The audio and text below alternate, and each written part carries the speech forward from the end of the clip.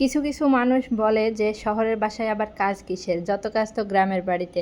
গ্রামের বাড়িতে বেশি কাজ, এটা ঠিক আছে, কিন্তু শহরের বাসাতেও কম নয়, শহরের বাসায়ও অনেক বেশি কাজ। যারা শহরে থাকে তারা জানে। তো ঈদের আগে বাড়ি যাব দেখে সব ঘর বাড়িটা গুছিয়ে রেখে যাওয়ার চেষ্টা করছি। আমার তো ঘরে বেশি জিনিসপত্র নেই, তারপরেও যেন কাজ শেষই হচ্ছে না, একটার পর একটা লেগেই আছে। আসলে মেয়ে মানুষের সংসারে কাজের কোনো শেষ নেই। তো ডাইনিংয়ে যে র্যাকসিনটা পাড়া ছিল ওইটা আমি উঠাই ফেললাম, পরিষ্কার করে রেখে দিছি। আর এদিকে দেখেন আমার ডাইনিং টেবিল কতদিন হয়ে গেছে কিনেছি, এখনও নতুনের মতো চকচক করছে। আর এই র্যাকসিনটা অনেক দিন আগে কিনে এনে ঘরে ফেলাই রাখছিলাম, কোনো কাজে আসে না। তো ভাবছিলাম এইটাকেই পেতে রেখে যায়, তো একটু ধুলা পড়েছে দেখে আমি হুইল পানি দিয়ে মুছে নিচ্ছিলাম। ওইটা যেহেতু সাদা, তো তরকারির ঝোল পড়লে একদম হলুদ হয়ে যায়। আর পুরুষ মানুষকে বাসায় রেখে গেলে তারা তো ঘর বাড়ি কিছু পরিষ্কার করবেই না, উল্টা আরও বেশি বেশি নোংরা করে রেখে দেবে। এই জন্য যেমন মানুষ তাদের জন্য সেমন ব্যবস্থা করে রেখে যাচ্ছি।